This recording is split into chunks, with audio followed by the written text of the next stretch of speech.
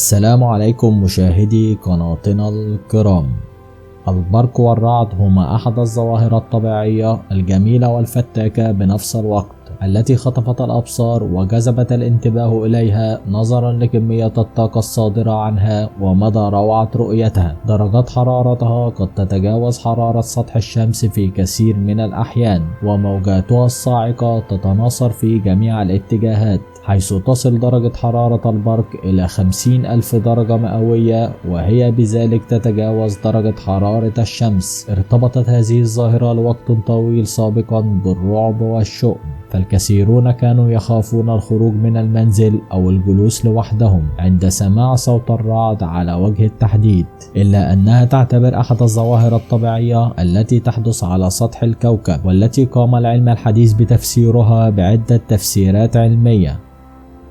البرق هو ظاهرة طبيعية بصرية تبدو على شكل شرارة كهربائية، وتنشأ بفعل عمليات التفريغ الكهرباء المفاجئ العنيف في مناطق الغلاف الجوي المشحونة. وغالبا ما يتشكل البرق أثناء العواصف الرعدية، ويرافق البرق موجات صوتية ودواء يطلق عليه الرعد، وهو صوت موجة الصدمة الناتجة عن ازدياد الضغط المفاجئ للجزيئات الغازية الذي ينتج عن تسخين البرق للهواء لما يقارب 50,000 درجة مئوية والتسبب بتمدده عندما يكون التفريغ الكهربائي شديدا بين السحاب وبين جسم مشحون على الأرض، فيحدث الرعد بعد ظهور ومضة البرق مباشرة، حيث يكون الانهيار الكهربائي للهواء ظاهرة تحول مادة عازلة إلى موصلة للكهرباء بمقدار 3 ملايين فولت للمتر الواحد، مما يعني إنتاج نحو مليار فولت لصاعقة برق يبلغ طولها 300 متر، ويسمى البرق والرعد المصاحب له حينها بالصاعقة. أما ما يخص الأصوات المترددة للرعد، فيعود السبب لوصول الموجات الصوتية القادمة من الأجزاء البعيدة متأخرة عن تلك القادمة من الأجزاء القريبة، وهذا التأخير الزمني الحاصل ما يسبب الفرق الزمني بين وميض البرق وسماع صوت الرعد، حيث قدرت الفترة الزمنية لحوالي 3 ثوان لكل كيلومتر واحد. وتحدث ظاهرتي الرعد والبرق نتيجة لعدة عوامل، بالإضافة لعدد من الظروف الجوية مثل الرياح الشديدة والأمطار الغزيرة وتساقط الثلوج أو البرد، وفي بعض الأحيان قد تتسبب بحدوث كوارث طبيعية كالأعاصير وظاهرة الفيضان أو الطوفان المفاجئ في حال كانت العواصف الرعدية شديدة وقد لا تصحبها أي من هذه الظروف.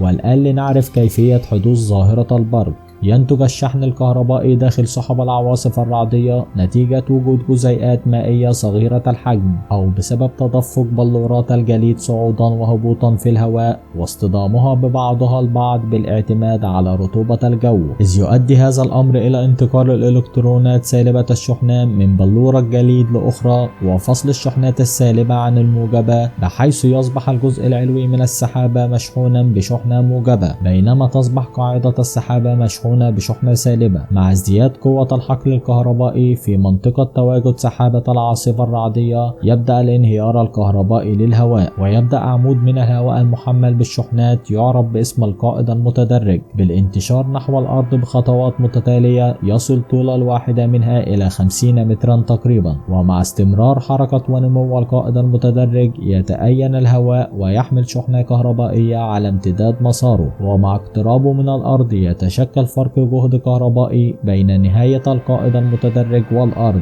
مما يؤدي إلى إطلاق الأرض لشحنات كهربائية تعترض مسار القائد المتدرج قبل وصوله للأرض. وعند التقاء القائد المتدرج مع الشحنات الكهربائية التي تنطلق من الأرض، تحدث ضربة مرتدة أو راجعة باتجاه الغيمة بسرعة مماثلة لسرعة الضوء تقريبا، مما يولد طاقة هائلة وضوء ساطع فيما يعرف بالرعد والبرق. هناك 3 أصناف رئيسية للبروق، وذلك حسب مكان التفريغ، وهي المتشكلة إما داخل سحابة العاصفة الرعدية أو بين السحب أو بين السحب والأرض. توجد عدة أشكال ظاهرية للبرق يبلغ عددها حوالي 15، منها برق عديم الرعد والذي يشاهد ولا يسمع صوت رعده، وكذلك البرق الجاف والذي يسبب العديد من حرائق الغابات. وإليكم بعض الحقائق عن البرق.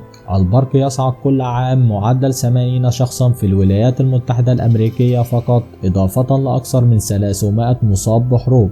البرق يحدث أو يرافق كل العواصف الرعدية، وفي كل عام يبلغ عدد الصاعقات الكهربائية التي تضرب الكرة الأرضية بحوالي 20 مليون مرة. الطاقة التي تتولد من ومضة برق واحدة يمكن أن تعادل إضاءة لمبة 100 شمعة لأكثر من 3 شهور. أكثر ضحايا البرق سواء المصابين أو المصابين تحدث عندما يكون الناس بالخارج وفي شهور الصيف وخلال فترات بعد الظهر والمساء. يمكن للبرق أن يحدث بين غيمة وأخرى أو داخل الغيمة نفسها أو من الغيوم إلى الأرض أو من الغيوم إلى الجو. كثير من الحرائق تحدث في مناطق غابات كثيفة نتيجة للصواعق. الهواء الملامس أو القريب من أي ومضة برق قد تصل درجة حرارته إلى 50,000 درجة فهرنهايت، أي أسخن من سطح الشمس. البرق غالبا يضرب خارج منطقة الهطول الشديدة للأمطار، ويمكن أن يحدث على بعد حوالي 10 أميال من منطقة الهطول. الأحذية والإطارات المطاطية لا تحمي من البرق. الهيكل المعدني للسيارات ذات السقوف المعدنية الثابتة قد تعطيك حماية أكبر إذ لم تلامس قطع معدنية داخل السيارة، ومع أن هناك احتمال أن تصاب بأذى إذا البرق ضرب سيارتك، ولكن وجودك داخل السيارة أكثر أمانا من وجودك خارجها.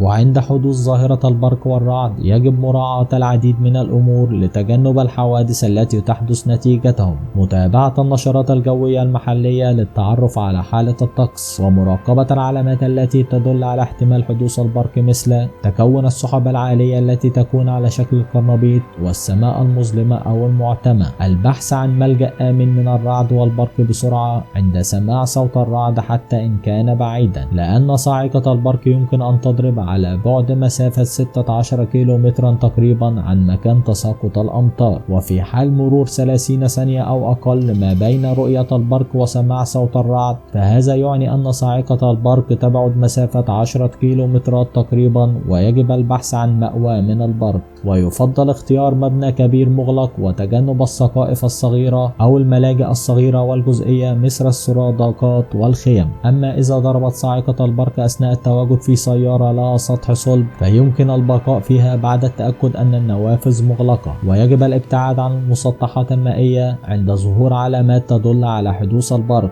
لذلك يتوجب على الشخص إذا كان يسبح أو إذا كان داخل قارب التوجه مباشرة إلى الشاطئ والبحث عن مأوى. أما إذا لم يتوفر وقت كاف للوصول إلى الشاطئ، فيجب على الشخص أن يجلس في وسط القارب تماما والانتظار حتى تنتهي صاعقة البرق. ويجب الابتعاد عن الأماكن التي يمكن أن يتدفق البرق من خلالها إلى داخل المنزل مثل النوافذ المفتوحة. ويجب الابتعاد أمتار قليلة عن المصارف والمراحيض وأحواض الاستحمام والصناديق والمنافذ الكهربائية. ويجب تجنب الاستحمام أثناء حدوث البرق والعواصف الرعدية. ويجب تجنب استخدام الهاتف الأرضي إلا عند الضرورة القصوى، لأن الشحنات الكهربائية قد تنتقل إلى الهاتف إذا ضرب البرق خطوط الهاتف في الخارج. أما الهواتف اللاسلكية والخلوية فهي آمنة للاستخدام لأنها لا تتصل بأسلاك المبنى مباشرة. يجب فصل الكهرباء عن الأجهزة الكهربائية والإلكترونية بما في ذلك التوصيلات الهوائية، والتصرف بشكل سريع عند الشعور بقرب حدوث البرق أثناء التواجد خارج المنزل وعدم وجود مأوى قريب، والتوجه مباشرة نحو منطقة منخفضة بعيدا عن الأشجار أو الأجسام المعدنية والأنابيب والأجسام الطويلة، وضم القدمين وثني الأرجل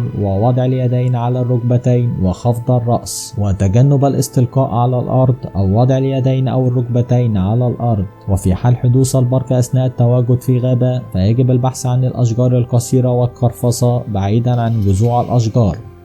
وقد اختلف العلماء في كيفية حدوث البرق والرعد، إلا أن السبب الحقيقي يكمن في سر من أسرار القرآن الكريم. فقال تعالى في سورة النور: بسم الله الرحمن الرحيم: ألم تر أن الله يزجي سحابا ثم يؤلف بينه ثم يجعله ركاما فترى الودق يخرج من خلاله وينزل من السماء من جبال فيها من برد فيصيب به من يشاء ويصرفه عن من يشاء يكاد سنا برقه يذهب بالأبصار. صدق الله العظيم.